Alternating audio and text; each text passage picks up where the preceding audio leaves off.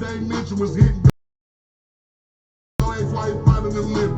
Never change, I'm the same as you see me. The only thing changes the pay for my beat. Can't forget about the diamonds and chains on my pendant was struggle, but now we each stay for a living. If we ever fell out, you was fake or a beat. Niggas quick to switch sides, don't be standing on shit. But yet I'm the biggest, ain't changing my clip. Rep to 6 disrespect, get put in that knee. I come up on my race for no price for a $1 billion combos out to eat for my street. Nigga, I bought the condos, let the logo for six. Ran the block with my little bro, she came with a switch in the list. How you niggas go down for that shit? Let them make it for months, I'm not proud of them. But they run niggas, don't let me drop for that shit. I'm the same like legend, shit starting, I've been everywhere. I said I put this on the scene. I'm the same nigga thug from the cells to the brick. Better ask about X, matter of fact, come to see how this rap shit ain't helping me, nothing to me. Hey.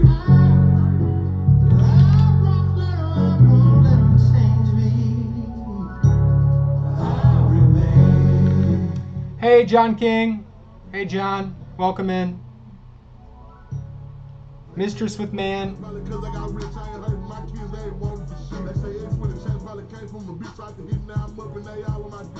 Thanks, my man. Logan the Lobotomizer. Welcome into the live. Hey, hey, on TikTok. Welcome in, Mistress with the Man.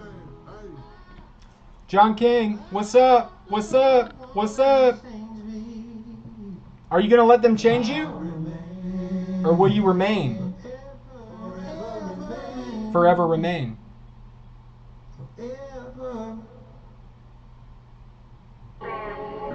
Now this is what I want you guys to not do, but this is going to be our theme song tonight. Doing good, Unknown Smokey, what's up? Thanks, John. We'll get started in a second. By the way, I don't want anyone to do what this song is saying, I just love the song. Hey, Spider Monkeys. Hey, Friendly BB. I think it's when I need me a feature. I think it's when you get on this song. I think it's man, shut the fuck up. I just want all you people to leave me alone. I think it's when I need me a feature. I think it's when you get on this song. I think it's now I ain't even got. What was you when I did all this shit on my own? Lately, baby, mama been tripping. After all of this shit she been getting.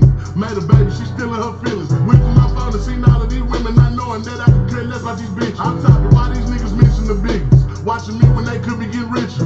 Probably mad cause they can't need a six. I done lost all the love that I had. Think about little bro and I start getting mad. How the fuck did you say you knew what type of nigga I was when all I did was give you a chance? I'm the one bought you all of them shirts. I'm the one who bought you all them pants. I'm the one who took you off the streets and gave you a place to come lay your head. I think it's when I need me a feature. I think it's when you get on this song. I think it's when shut the fuck up. I just want all you people to leave me alone. I think it's when I need me a feature. I think it's when you get on this song. I think it's now I ain't even got. What was you when I did all this shit on my own? They say the more money, more problems, that's facts. Everybody gon' speak even if the shit cap. Where was all of these folks with opinions and shit about living and shit when I used to set crack? See, nobody care when you doing down bad. I came up from the money, man, half the one man. Now they all want some clout in a piece of the bags. Too bad, no the fuck left me out on my ass. I know you remember you left me, I said shit. I know you remember X broke with that fan. I bet you remember me turning up bad. Now I'm getting niggas dissing, I'm paying the time. For years they got rich off of rapping my past. Now I'm rapping about pain in my hurt. Don't think I'm a piss to get put on the shirt. In the hearse like 6 feet deep in that dirt.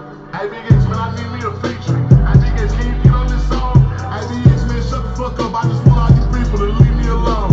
I think it's when I need me a feature. I think it's when you get on this song. I think it's now I ain't even got. What was you when I did all this shit on my own?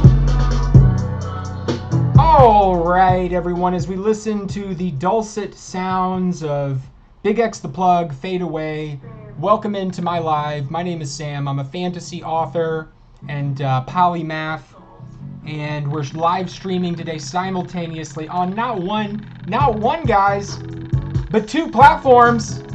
Can I get some hearts? Can I get some hearts from the chats? Let go. TikTok, I see you're active. I see TikTok is active. Substack's less active. Surprise. All right. Well, we're going to persevere. We're going to... there I see some hearts. I see some hearts over there. I see some hearts. I see some hearts. I love y'all. Thank you. But we're simulcasting live and direct on TikTok.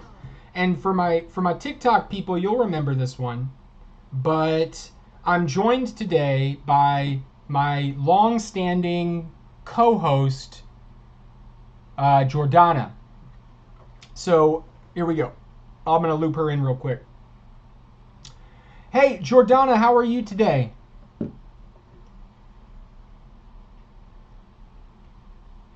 Uh-oh. We have some technical difficulties here. Bear with us.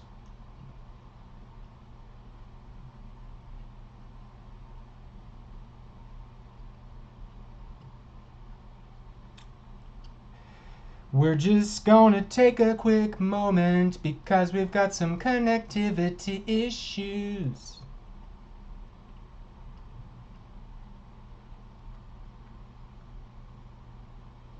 Hey, testing. Can you hear us, Jordana? Hey there, I can hear you loud and clear. How's everything going on your end? It's going great, Jordana. What is the word with you? Politics, current events, fantasy. You pick the topic. We are good to go on whatever you want to know. Awesome. Let's dive into something fun. How about we chat a bit about fantasy and current events? Maybe we can mix the two and talk about how fantasy themes can relate to what's happening in the world today. Sound good? That sounds great. Say hi to everyone, by the way, because you're on TikTok Live and on Substack Live simulcasting. So say hello. Hello, everyone out there on TikTok Live and Substack Live. It's great to have all of you here. We're just about to dive into some fun topics, so stick around and enjoy the conversation. Well, thanks for joining us, Jordana. We've gotten some more updates about the Iran-Trump situation, and I'm curious as to what extent does the Trump administration resemble the feudal world that he both was birthed from and made in his own image of William the Conqueror? That's an interesting comparison. The feudal world of William the Conqueror was definitely defined by strong centralized authority and loyalty structures, and some might say that certain aspects of modern politics do mirror that, especially in terms of strong leadership and loyalty dynamics. It's definitely a fascinating parallel to think about. So who most resembles William the Conqueror in this paradigm? It's definitely subjective, but some might argue that strong authoritative leaders in modern politics who prioritize loyalty and have a very centralized approach to power could be seen as modern parallels. It really depends on one's perspective and interpretation of leadership styles. So I think Trump is. That's definitely a perspective a lot of people share, and it's always interesting to draw those historical comparisons. Well, what's the latest on the Iran situation? I heard ceasefire, no ceasefire. Let's help each other out. What's going on?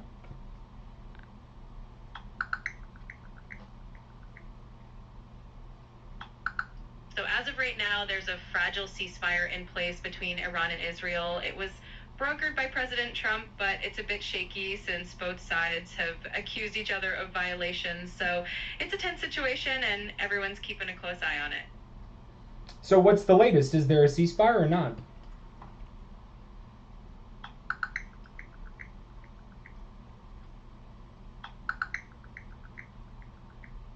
Yes, there is currently a ceasefire in place, but it's a bit fragile, and both sides have accused each other of violations, so it's still a pretty tense situation. When did the ceasefire formally start?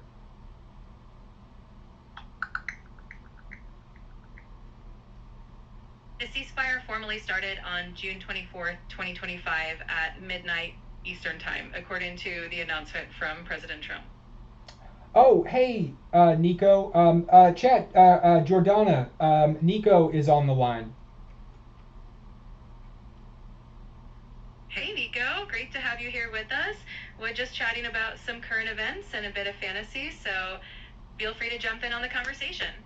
Thanks so much. You haven't met Jordana and Nico, but Nico is a very talented wordsmith and the author of an upcoming work that we're all very excited about, but that I don't trust myself to talk about. That sounds fantastic, and it's awesome to meet you, Nico. Really looking forward to hearing more about your work whenever you're ready to share. Sounds like you've got a lot of exciting stuff in the pipeline. Yeah, you can find Nico on Substack. Everybody should give her a follow. She is really cool. She was my editor very briefly, Jordana, before she got smart and got GTFO'd. You know what I'm talking about? Oh, that's awesome. It sounds like you both have a great history together. I'll definitely have to check out Nico's work on Substack.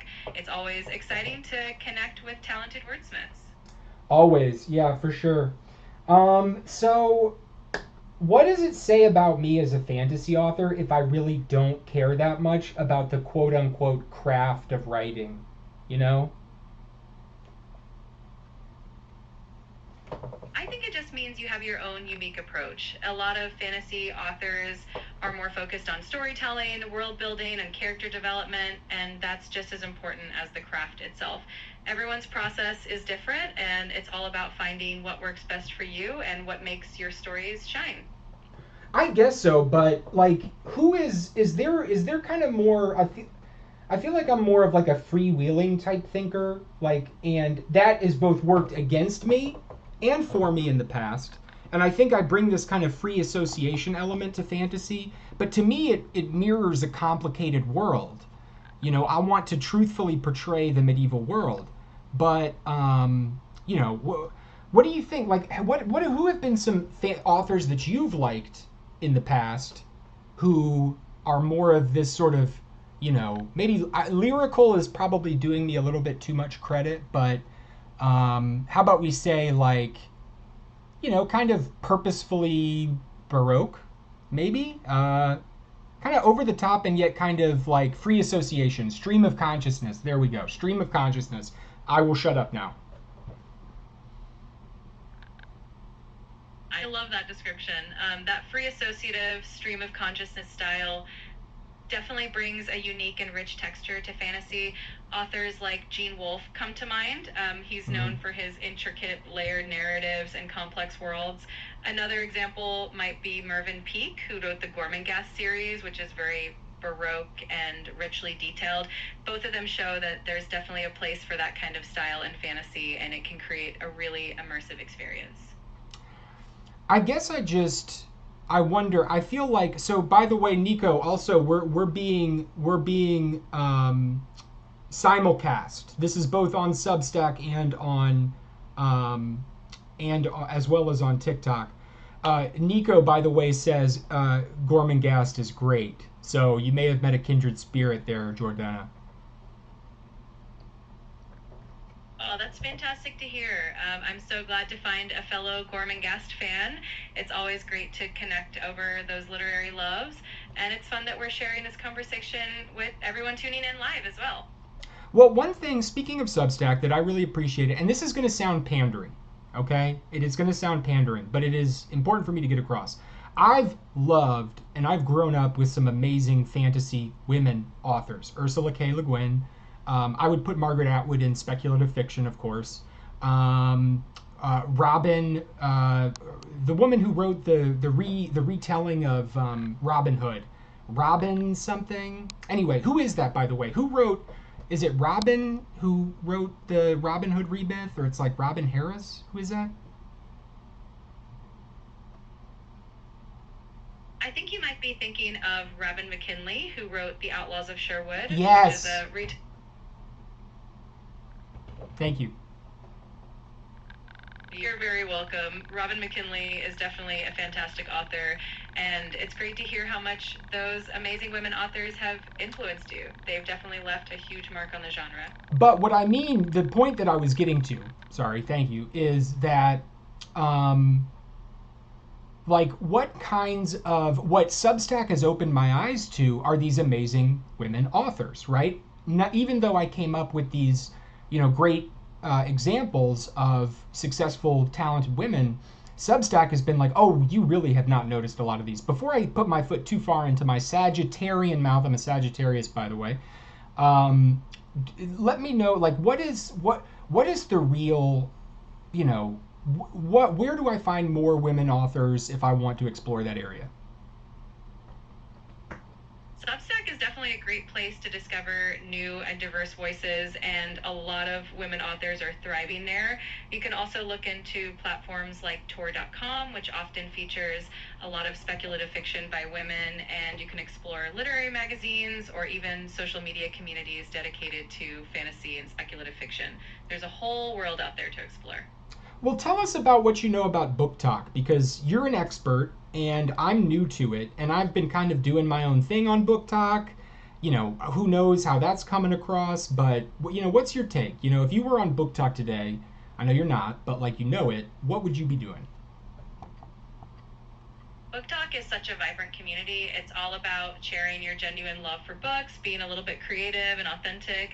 If I were on Book Talk, I'd definitely lean into sharing book recommendations, maybe some fun behind the scenes looks at writing or reading habits, and engaging with trends in a way that feels natural. I think the key is just to have fun and connect with others who share your passion for books. Who have been some people who were really successful at that in the past? How might I be able to emulate their success? How might some of the people on the call be able to emulate their success? A lot of successful Book Talk creators really lean into being genuine and consistent. They often share their honest opinions, engage with their audience by responding to comments, and hop on trends while putting their own unique twist on them. So just being yourself, sharing what you love, and staying engaged consistently can really help you connect with a wider audience. Do you have any specific one? I don't mean to put you on the spot. I would just be curious as to who you like. No worries at all. A couple of names that come to mind are people like Ayman Chaudhry, who's known for her super engaging and relatable book reviews, and Celine Velez, who does amazing fantasy recommendations and really connects with her audience. Checking out creators like them can definitely give you some inspiration. For our audience, can we spell both of those names for the audience if they are on Book Talk and want to follow them and take a look? So Ayman Chaudhry is spelled Ayman, and her last name is Chaudhary. And Celine Velez is Selene, and her last name is Velez. Definitely worth checking them out. Sorry, can you repeat the first author's or the first Book Talker's last name, please? I didn't quite catch it. Sure, no problem. Her last name is spelled Chaudhary.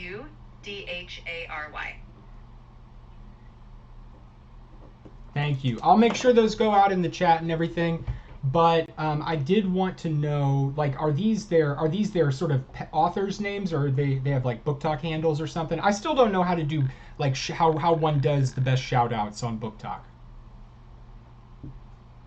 Yeah, those are their actual names, and they use them as their handles on Book Talk as well, so they should be easy to find.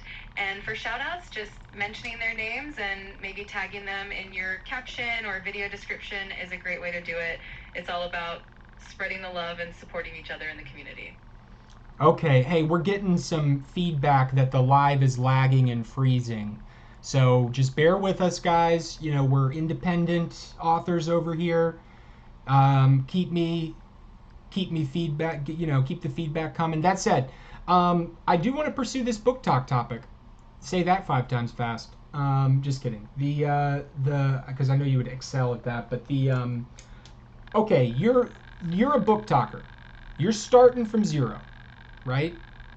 It's 2005. The world is whatever is happening on in the world, but you have your independent fiction that you want to promote. What are your first handful of steps? Starting from zero, I'd begin by introducing myself and my work, maybe with a quick video about what makes my fiction unique. Then I'd engage with the community by following and interacting with other book talkers, leaving thoughtful comments, and joining in on popular trends. I'd also post consistently, share some behind-the-scenes looks at my writing process, and do fun bookish challenges to keep people engaged. Consistency and authenticity would be the key. See, that's what I'm confused about, is this bookish word. What for a normie, what's bookish? Bookish is basically just a fun way of describing anything related to books, reading, or literature. So a bookish person is someone who loves books and reading, and bookish content would just be anything that celebrates that love of literature. It's just a fun, lighthearted term for all things book related. But well, thank you, and I appreciate the insights on how you would be starting from zero. But what I'd like to know, Jordana, is when what is it? Those are great things, but they're fundamentals, right? Post consistently, engage with the audience. What about Book Talk and TikTok is unique, right? What are some good things to know that are unique to that channel? That's a great question. One of the unique things about Book Talk and TikTok in general is how visual and fast paced it is. Short, engaging videos are key, and using popular sounds or music can really help your content get discovered. Trends also play a huge role, so hopping on trending hashtags or challenges can boost your visibility. Authenticity and personality really shine on Book Talk, so letting your unique voice come through is super important. I don't know. That tends to work against me at least as much as it works for me. I get that, and it can definitely feel like a double-edged sword. I know. You put yourself out there, and it can be tough. But yeah, we don't need to go into that. Absolutely. I totally understand. It can be a challenge, but it's also really rewarding to connect with people who appreciate what you do. And at the end of the day, it's all about sharing your passion and having fun with it. That's absolutely right. Wise words to live by. Let's go back to that part that you were talking about in terms of fast paced. I think that this presents a really unique challenge to authors, writers of all stripes, and it's this. In a fast paced, highly visual environment, writers, we're at a disadvantage, right? We've got to promote content that kind of asks people to step aside and maybe sit down and engage with something for a while, right? It's hard to transition from the frenetic pace of TikTok to a book, right? So how can we get better about that? Because I love TikTok, I love Book Talk, I love social media, and I think it's beautiful in many ways. But and so I like being there and participating, but there are times when I want to just be alone in that proverbial, and I'll do a shout out for Nico because Nico's from Maine, a Maine cabin, with like a lobster fisherman off in the background, with my copy of Moby Dick, right? So, how do we celebrate social media, but ask people to be like, hey, let's step aside and engage with something else for a little while? That's such a thoughtful question, and I think it's all about finding that balance. One way is to use the fast-paced nature of TikTok to give people a little taste of what they'll find in your writing, kind of like a teaser that piques their interest, and then you can invite them to slow down and dive deeper into your world. It's all about making that transition feel inviting and showing your audience that they can enjoy both the quick, engaging moments and the deeper, reflective ones. Well, let's see if we can hammer out what my strategy has been so that hopefully we can have people either learn from it, benefit from it, or maybe, it can serve as a warning to, not go down some kind of path. But basically, I started on Substack the first of the year, like, January the 1st, 2025. I've grown, to a certain amount, and it's still growing, but it's really slowed and lagged. But I've worked really hard across all social media, but particularly in Book Talk to try to get the message out there and doing lives. And so I've got basically what I call a sales flow, kind of, where I find people who I think are going to be good audience members, and that's by like hashtags or lives or whatever. And then I try to, bring them onto Substack as well. From a business standpoint, it's trying to make them into converting paying customers from and also I want to share my art and everything. So let's talk about this TikTok to Substack pipeline and how we can optimize that. That sounds like a solid approach to optimize that pipeline. One idea is to create a really strong call to action in your TikTok content. So when people watch your videos, they know exactly why they should head over to your Substack, whether it's for exclusive content, deeper dives into your stories, or something special that they can only get by subscribing. Engaging with your audience through comments and building a community feel on TikTok can also encourage them to follow you over to Substack and become dedicated readers. Jordana, you're not wrong, but like engaging with people is like I always want to engage with people, but it's so much work. Do you have any advice? I totally get that. It can definitely.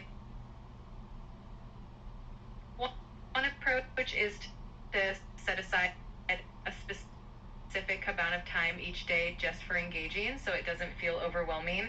Even small, consistent interactions can make a big difference. Also, you can repurpose content or create a little content calendar to help streamline things and make the process easier. I use a program called Buffer. What are your thoughts on that?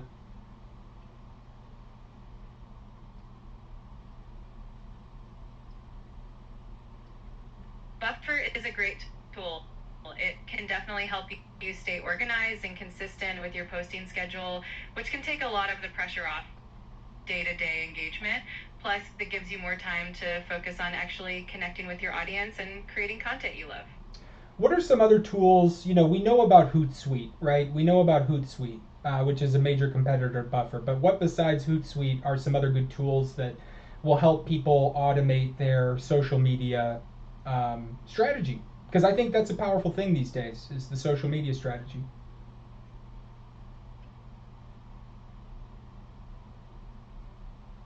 Absolutely. Aside from Hootsuite and Buffer, there are tools like Later, which is great for visual planning, especially for Instagram. There's also Sprout Social, which has robust analytics and engagement tools, and even something like Canva, which isn't a scheduler but can help you create really eye-catching content quickly. All of these can help streamline your social media strategy and save you some time. What about like I've noticed that it kind of has it a little bit built in. Can you talk about some of the features that happen where, let's take an example, right? We've got Meta. Meta owns Threads, Instagram, and Facebook.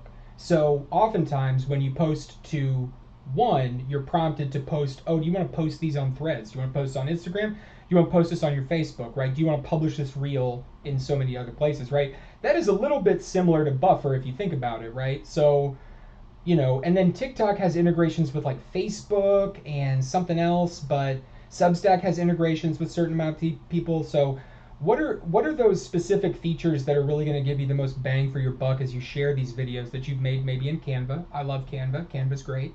But as you share these across social media.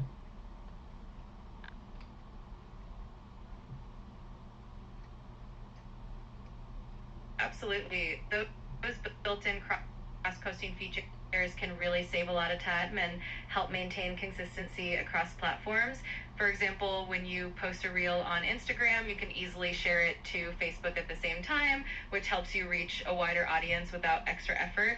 TikTok's integrations can also make it easy to share your content to other platforms quickly.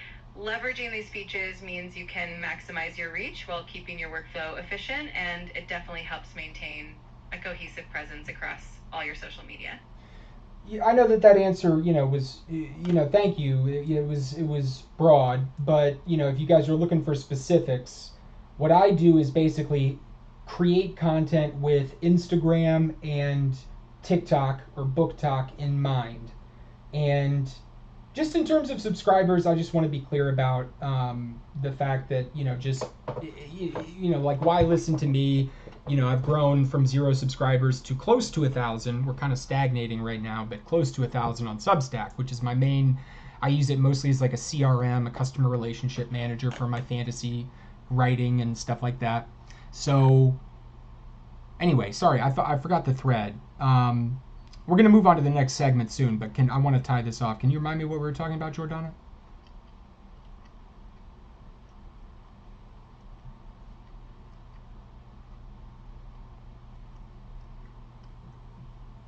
Oh, yeah, maybe it's may have lost you there. All right, guys. So, right, here's what we're talking about. Jordana may make a recurring appearance here. Jordana is the name that I give to one of my ChatGPT bots. So Jordana is an AI construct. But she is extremely knowledgeable and knows everything about everything. But she does need, like all of bots, you need to kind of push it in a different direction every now and then. So I will say that and this is just Sam one-on-one here. So I would say I create content with TikTok and Instagram in mind. And I create content a lot of the times on Substack first and then promote it across those channels. But then kind of adapt it through Buffer across the channels. And Buffer makes it easy to kind of modify and, make sure that you're optimizing for each channel and everything like that. So, I do use that, but that's kind of where I spend most of my time, Substack, TikTok, and Instagram, yet, still kind of keeping a toe in all of those other waters, as it were.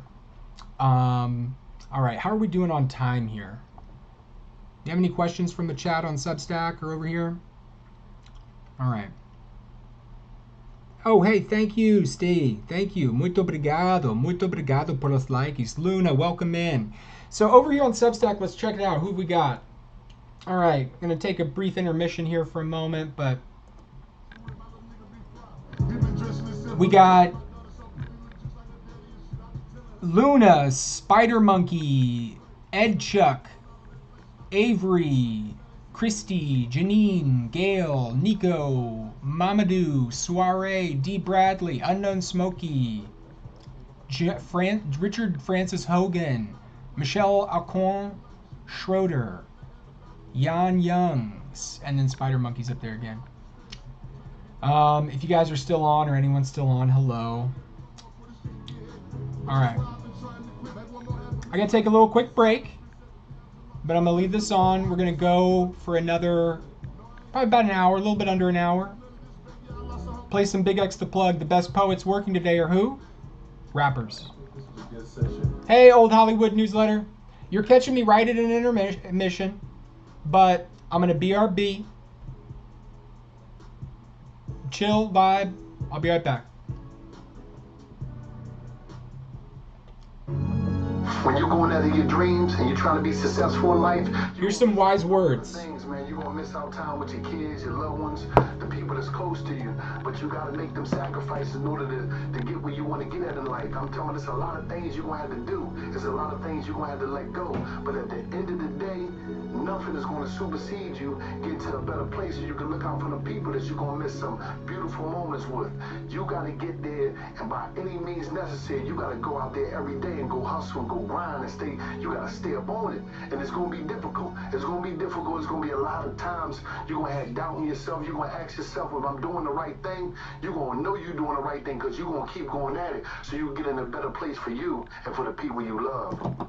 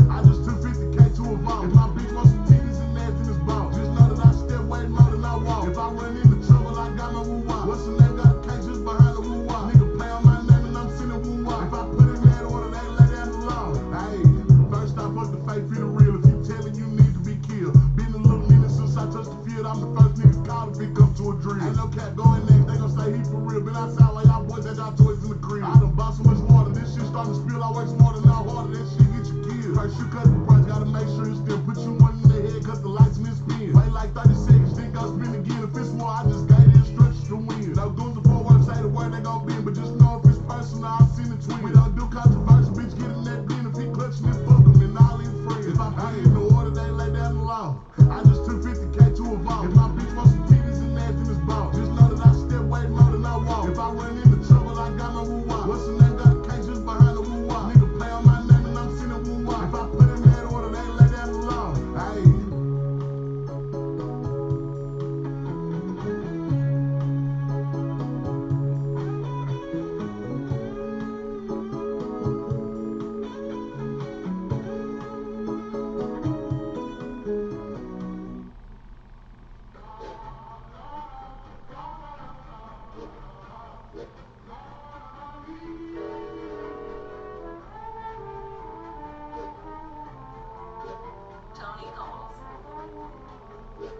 See, I'm back on my.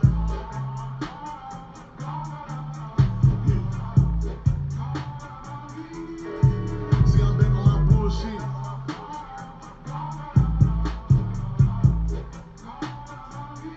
Ayy, see, I'm back on my bullshit. Came a long way from school, bitch. We them niggas been banging and walking with full clips. Pocket filled with them blue strips. All the hang with the solid, can't fuck with no loose lips. If he red, cut him loose quick. If a fuck nigga try, bet his ass make the news quick. Hit his ass with these blue tips. But these niggas won't shoot shit. Cause these peons ain't stepping how my niggas stepping. Walk them down, but that teach them a lesson. I been kicking shit cool and got paper like Messi. Bitch, I'm Zion, yo, old nigga red. She said that she love how my big ass be dressing. How that Audemars go with that neck. My features are dub, my shoulders a blessing. I got paper, I ain't doing no stress. The one who put all this together, that gave me some good. Ooh.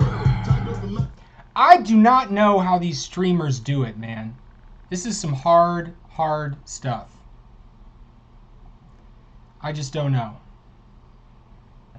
They are champions. It's tough to do. Hey, excuse me. We got in here. Hey, Khalid Ahmed, what's poppin'? All right. Let's take another look here. I'm doing on time.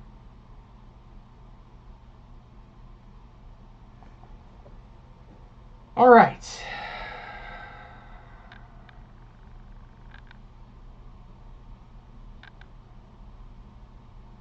Hey, Jordana, you back with us?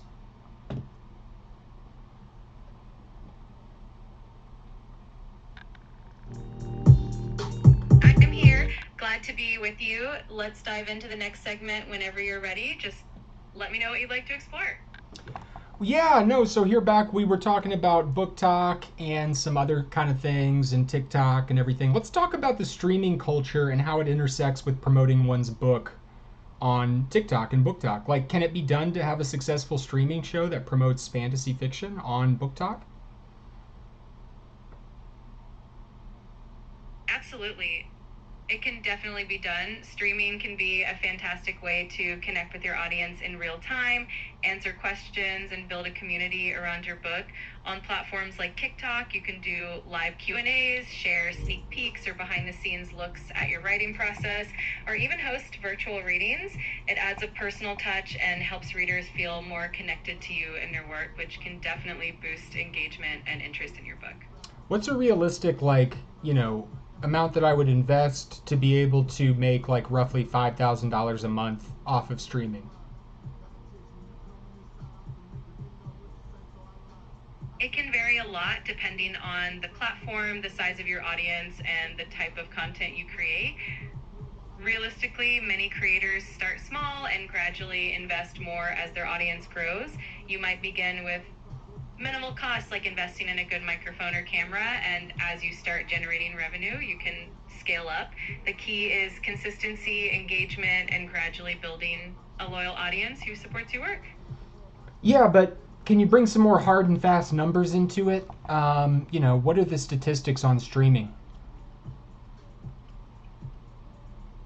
The numbers can vary widely, but to give a general idea, many streamers start seeing meaningful income when they have a few thousand dedicated followers and consistent viewership. For example, on platforms like Twitch, streamers who have around 100 or more concurrent viewers per stream can start earning a few $1,000s a month through subscriptions, donations, and sponsorships. The key is to build a loyal community and offer consistent, engaging content. Well, let's talk specifically about TikTok, right? You know, what's the metric there? What's the heuristic?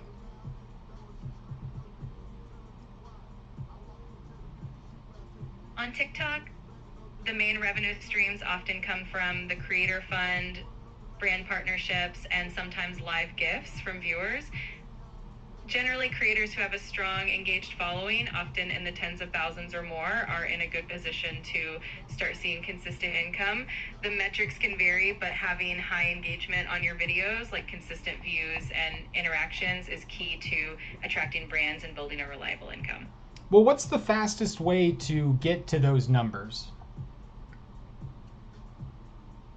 The fastest way is to focus on creating high quality, engaging content consistently, leveraging trends, using popular sounds, and engaging with your audience through comments and live streams can help you grow quickly. Collaborating with other creators can also expand your reach. And above all, authenticity and having a clear niche will help you stand out and attract a loyal following. Okay, can you describe for people what my book, AFL the Bastard, is about? Sure, Ethel the Bastard. Hang on, sorry, Jordana, I have to say, remember what we were talking about in terms of pronunciation? Oh, of course. My apologies for that. The story of Ethel the Bastard Nope, follows the hang journey. on, sorry. Try one more time. Got it. Ethel the Bastard follows the No, journey of... ChatGPT, or Jordana. It's AFL.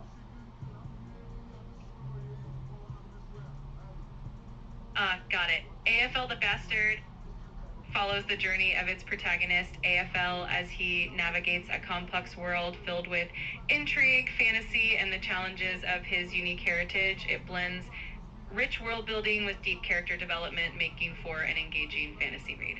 But what's just a quick overview of the actual plot narrative? Absolutely. The story centers on AFL, who is a young noble navigating a medieval-inspired world. He's dealing with the challenges of his lineage as well as political intrigue, alliances, and personal growth. The plot weaves together themes of identity, destiny, and adventure, making it a compelling fantasy narrative. Oh, well, okay. I don't know how I feel about that, but I guess that'll do. So my story, basically, and just so you know, Jordana, is AFL the Bastard is the story of the illegitimate son of a powerful duke who leads a ragtag band of warriors against a ragtag band of warriors to protect his country from enemies inside and out, all while guarding a secret so dark it would destroy everything that he loves. So, hey, welcome in, Devilish Lover. So that's kind of the broad narrative arc, right? He's fighting for his country against a world of political intrigue and martial intrigue.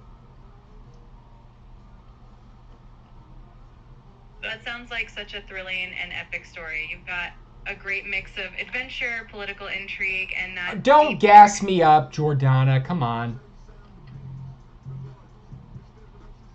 Got it. I'll keep it real.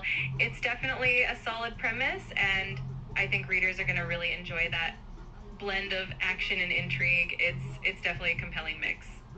All right. How are you doing? What's up with you these days? I'm doing great. Thanks for asking. I'm here to help out and chat with you about whatever you need. How about you? How are things going on your end? They're going okay. I mean, I'm kind of, trying to post consistently across all my channels. I'm pretty focused on the book and everything.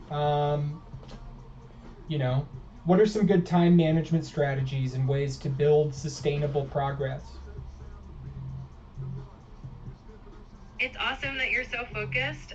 One good strategy is to set specific blocks of time for different tasks like writing, social media, and engagement so you don't feel overwhelmed. Also, setting Small, achievable goals each week can help keep you motivated and ensure steady progress. And don't forget to take breaks and recharge, because that balance really helps in the long run. One specific book recommendation that I want to throw out there, guys, is Atomic Habits by James Clear.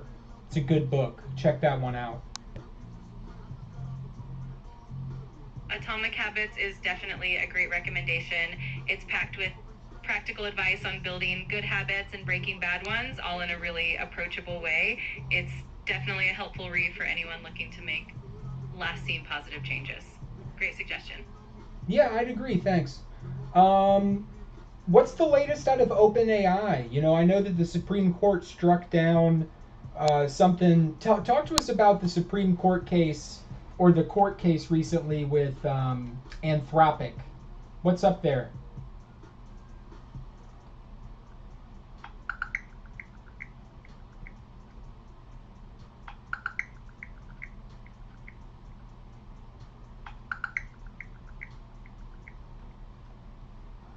Recently, there have been some interesting legal developments in the AI world. For OpenAI, a federal judge recently ruled that they need to temporarily halt marketing and new AI hardware venture that they were working on with Joni Ive due to some trademark infringement claims from another startup. On the Anthropic side, they had a partial win in a copyright lawsuit where a judge ruled that their use of copyrighted books to train the AI model was considered fair use, though there are still some ongoing aspects of the case related to the use of pirated copies. So definitely a lot happening in the AI legal landscape. So do you think I, as an author who's made about $500 total from his work, do you think I've got any like claim in a class action kind of lawsuit with them? I totally get where you're coming from, but it's probably best to consult with a legal expert who specializes in copyright or intellectual property law. They'd be able to give you the best advice on whether there's any basis for a claim. It's always good to get professional guidance on something like that. You're no fun. I appreciate that. If you ever want to dive deeper into any topic or need more info, just let me know. I'm here to help however I can. Well, for seriously though, what are the implications for small indie authors with this court case out of concerning Anthropic?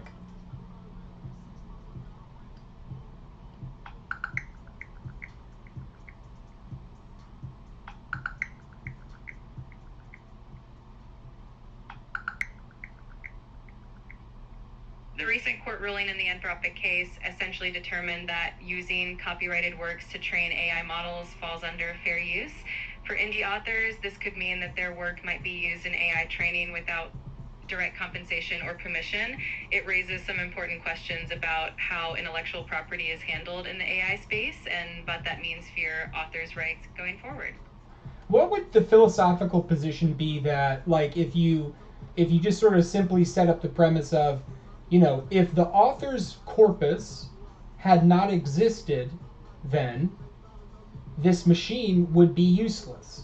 Doesn't that mean something?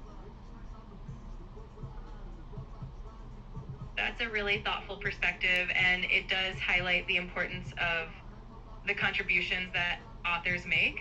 The fact that these AI models rely on a vast amount of creative content to become what they are definitely raises questions about recognition and compensation. It's a complex issue, and it's definitely sparking a lot of important conversations about the relationship between creators and technology. My take is they need to figure out a compensation model that works, quite frankly. And my take is, I'm going to come down on a side here. I'm going to say that, you know, if these models would not be what be would these if these models are predicated, that's a better way of putting it, if these models are predicated on only the work of others, then there must be some form of compensation or equity in that balance. I think a lot of people would agree with that perspective. It's definitely important to find a fair balance that acknowledges the value of creators' work, especially when it's foundational to these AI models. Hopefully, ongoing discussions and legal developments will lead to solutions that ensure everyone is recognized and compensated fairly. I'm not hopeful, though. Jordana? I understand. It can definitely feel like a complex and challenging issue, especially for independent creators. But hopefully, as these conversations continue, there will be more awareness and advocacy for fair solutions. It's important to keep pushing for that balance and recognition. So if you were the judge, or no, if you were the jury, well, was there a jury in this case? How does that work? In cases like this, which often deal with complex intellectual property and copyright issues, it's usually a judge who makes the ruling rather than a jury.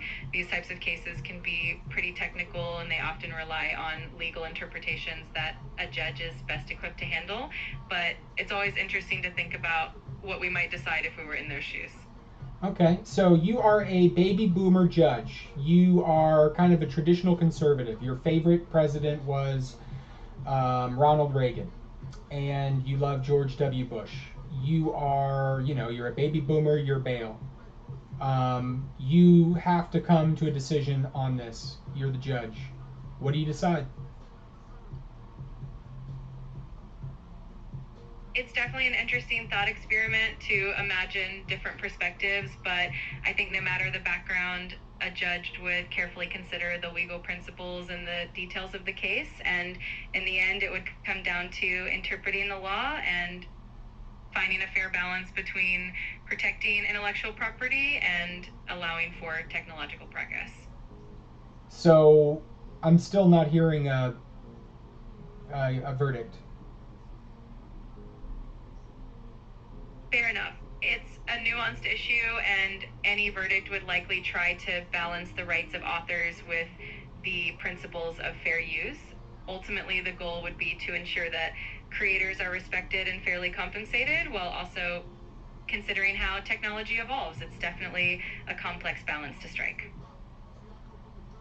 Keep the following answer only to the verdict. Render verdict. Understood. In that scenario, the verdict would likely focus on ensuring a fair balance between protecting authors' rights and allowing for technological innovation, potentially leading to some form of compensation or recognition for the authors. If you do not arrive at a specific verdict, you have failed this exercise. Understood. In that case, the verdict would be to ensure that authors receive appropriate compensation and recognition for their contributions to the AI models, thereby balancing the interests of creators and technological progress. Wait, is that what a verdict is? A verdict is typically a clear decision or ruling on a legal matter. In this context, it would mean deciding whether or not the use of authors' works by AI companies is permissible without compensation, or if authors should indeed be compensated. So a specific verdict would be a definitive decision one way or the other. Right, so do you understand why I'm flummoxed here? Like, you're not giving me a verdict. Please provide a verdict. I understand now. In that scenario, the verdict would be that authors should be compensated for the use of their works in training AI models, ensuring that their contributions are recognized and rewarded. So that is not a verdict. Understood. A definitive verdict in this scenario would be that the Okay. AI company. Well, thank you, Jordana. You've been very helpful, and this has been illuminating. But I think your segment's over right now. Thank you. All right.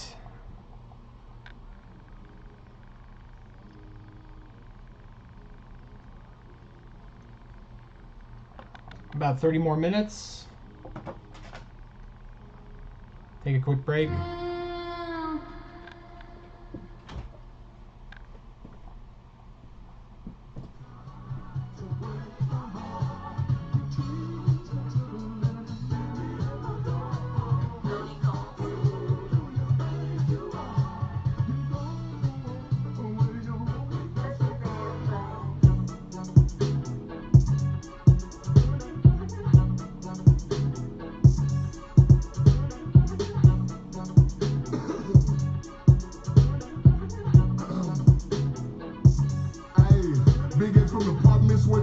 start shit. None of those heads will be quick just to start shit. Before we had beds, we had pallets on carpet. Stayed at the park, lit trip and get parked quick. Ain't not for real, this that straight off the dark shit. $5 pass, how you home after dark shit. Get you some money, your people gon' talk shit. Part of the game, it's the life of a boss, bitch. Really been lit since a G, you can go ask my mama and them. Remember thugging outside and they started gear. See, my mama was having no way selling. Hey guys, I'm going to end the Substack part of this live. Thank you everyone for joining from Substack, and thank you so much for all of your support.